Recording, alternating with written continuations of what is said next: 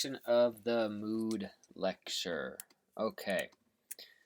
So our last ones here are going to be friendly and scary.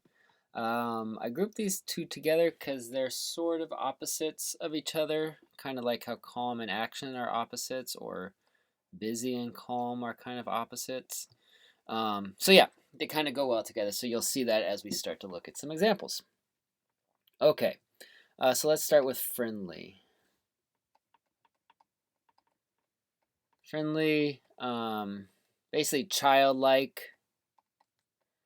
Any sort of art that's kind of intended for young audiences, little kids, young people, something that you want to be very inviting and welcoming and not off-putting. Okay, so the thing that helps with that, our rules, are lighter values. So you still want all your values, but you want you can have some dark values in there, but the majority of the composition should be lighter. Light values, rounded shapes,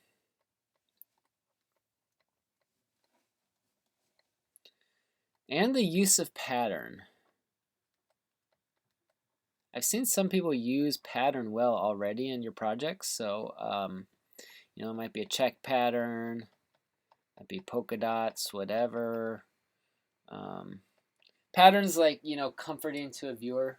Humans like patterns, so if you can include some pattern in there, that's a good way to do it. All right, so let's do this. So we're just going to go back to our house on the hill example and kind of how I've been drawing the houses. It's kind of like that. That's how I standard draw a house, but for this one, I'm going to round this out a little bit. I'm just going to round that there. Just kind of take off those harsh edges. Just a little bit softer on those shapes. Okay, we'll put in some hills.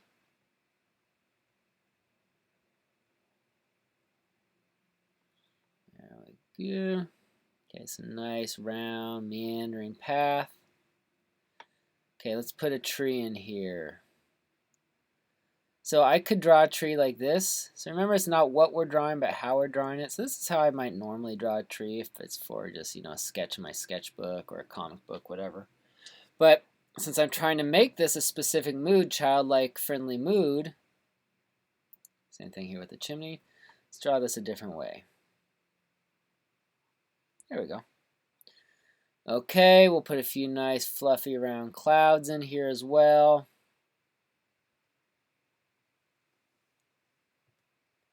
And same with some smoke, chimney smoke. Okay, cool. So we got some, well, so far it's all light values. We'll add some values in a sec. So we got some round shapes. Where could I add some pattern in this? Just looking at this, this piece. Where could I add some pattern? I could put some pattern here in the tree. Simple dot pattern. And these patterns, again, don't need to be like realistic. I don't need to worry about, are those dots apples? Are they leaves? Whatever. It doesn't really matter. Put a little grass pattern in here. A little pattern for the grass.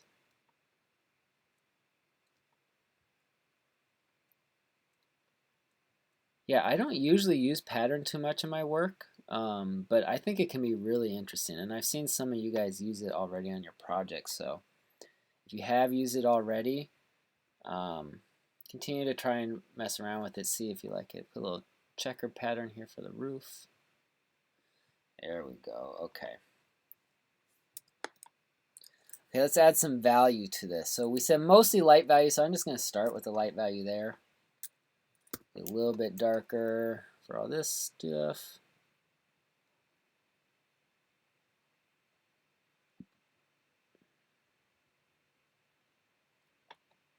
Okay, so I can have darker values in there, but just a little bit. So I'll just have a little dark value there in the window, maybe the door. Other than that, that'll probably be my only solid black value.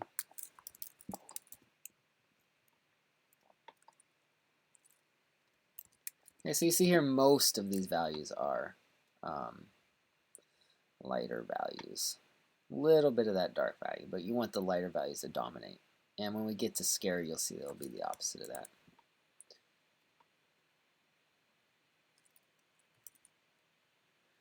Okay. So something sort of like that. So again, you could draw anything and kind of just round out those shapes and make it more childlike, friendly, inviting for little kids. Okay.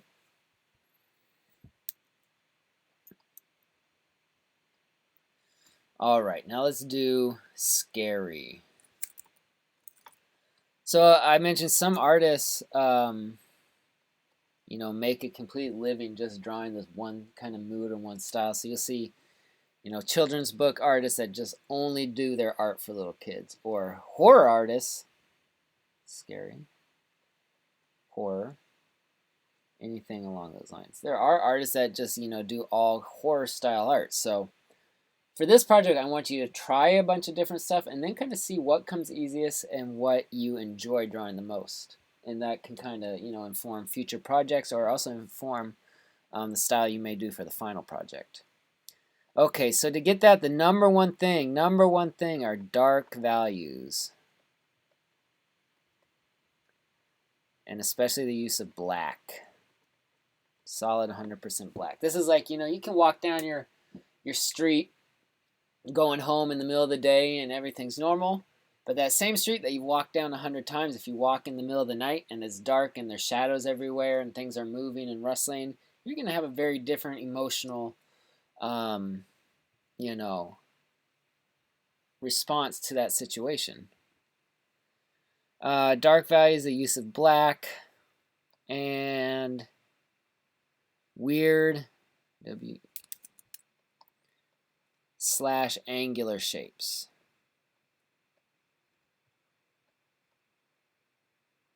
So just making shapes kind of unusual and kind of weird. So you don't want to, so back to our house example. This is that normal house I've kind of been drawing. My kind of go-to house shape. So if I want to draw a weird house, I want to kind of exaggerate those angles. So you've probably seen drawings done like this, you know, for like Halloween style. The scary scene in an animated movie. Make that like a crooked chimney there. So which one's creepier? Hopefully that one. So let's do a version here. We'll include this house in the composition. All right, so I'm going to draw a little character here. Creepy, like farmer type person.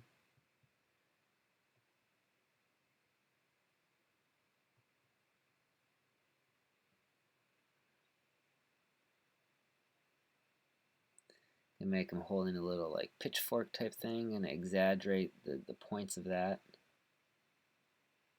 Make it weird.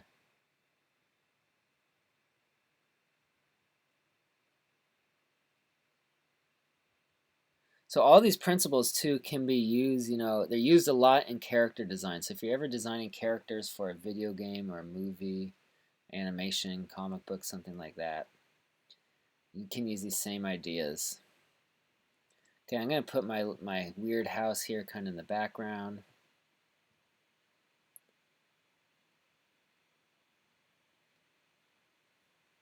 The person here will be the focal point.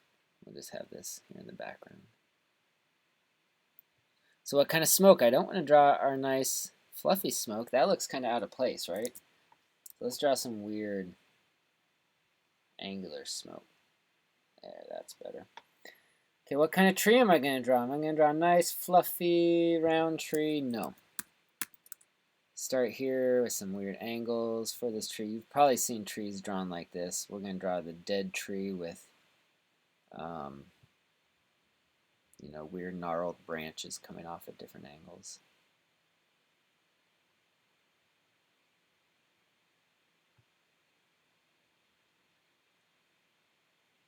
Okay. So what is this missing now? We got our weird and angular shapes, but we need dark values in here. So what I'm going to do is I'm going to drop a 75% gray in there. Boom. Okay. So now let's just start filling in things solid black. This is the thing that people have the hardest time with. I have a hard time getting solid black into my work. But it is the number one thing that's going to give your composition that creepy horror feel to it. I'm just going to make my whole character solid black too. Why not? Make this whole house solid black. Look at, I always like to see how much can I make solid black and have it still read. So if you've designed good, interesting shapes, hopefully that will come across still. There we go. Okay, I want to put some more weird trees back here, but I want them to not be quite as black, still be dark though.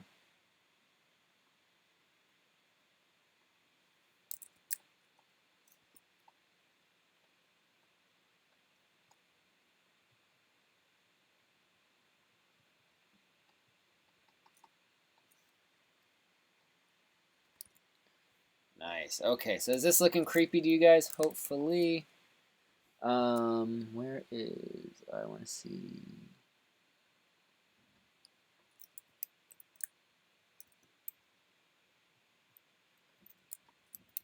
I'm going to make those windows just a little bit lighter. Put a little bit here on the doorway, wherever that window is, somewhere there. All right, so what am I done with this composition? Is this ready to go? It's pretty close. It's just about ready to go in terms of getting the mood, making the focal point. All I need is just a little bit of value contrast to draw my eye to the focal point, because right now the focal point is a little bit lost. So I want to make sure it still stands out enough. So like I said, we can have some light values in here. We just want to limit it. You do not want a lot. So I'm going to kind of try and do some little fog effects right here around the focal point.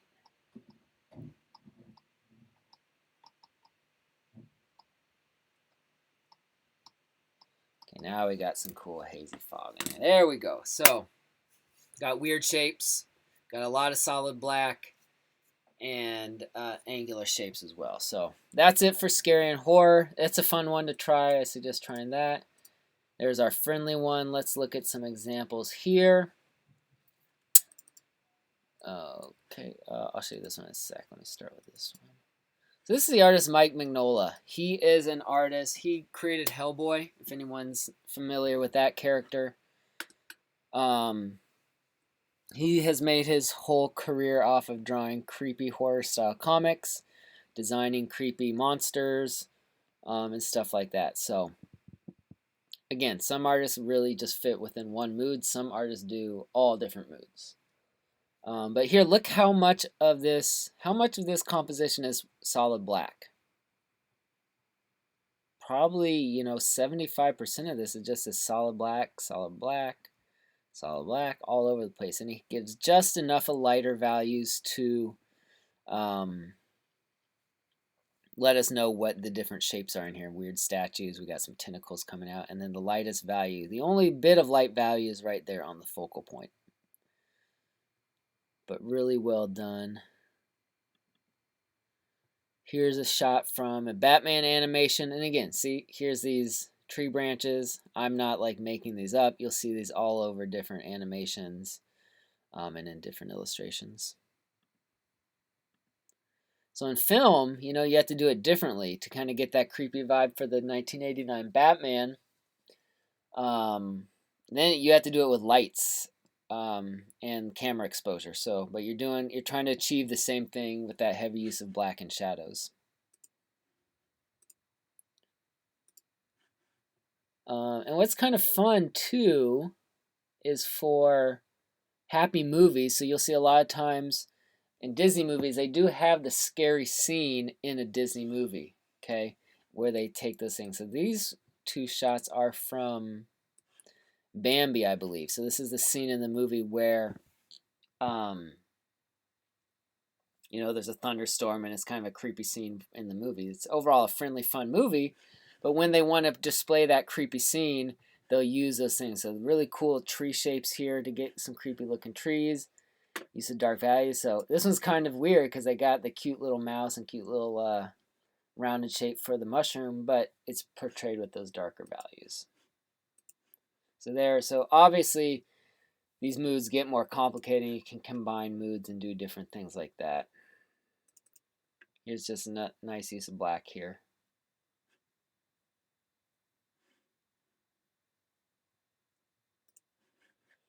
Okay, for some friendly ones, this guy is really good. This is artist Sanjay Patel. Here's two of his. Where is it? There it goes. He's an artist for Pixar, I believe, but he's also produced his own children's books. But look how rounded this is, and really nice use of pattern throughout on this. So simplified patterns, really round character designs, and really exaggerated character design. So one of the things you'll be doing with these moods, trying to exaggerate them as much as possible. You don't want them to be, or you want them to be very obvious to the viewer. Okay, so just making this head a perfectly round circle, giant round eyes, things like that. Another nice one I found for a children's book. So just nice simple pattern on all these bushes in the background. Okay, the flowers in the foreground become pattern, but really nicely done and obvious, very obvious audience, intentional audience for this piece. And then Where the Wild Things Are by Maurice Sendak. Hopefully you guys have read this book back when you were a little kid.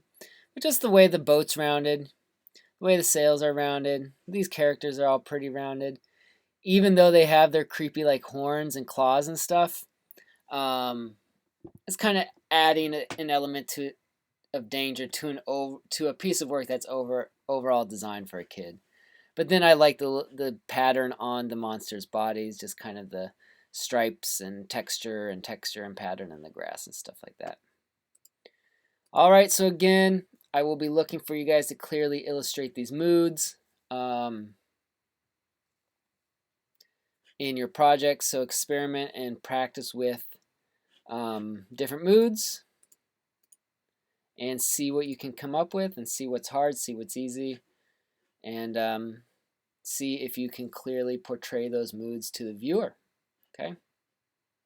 And we will start with your thumbnails for Project 03 next week, and we'll kind of look at those and see how well you're able to illustrate those different moods.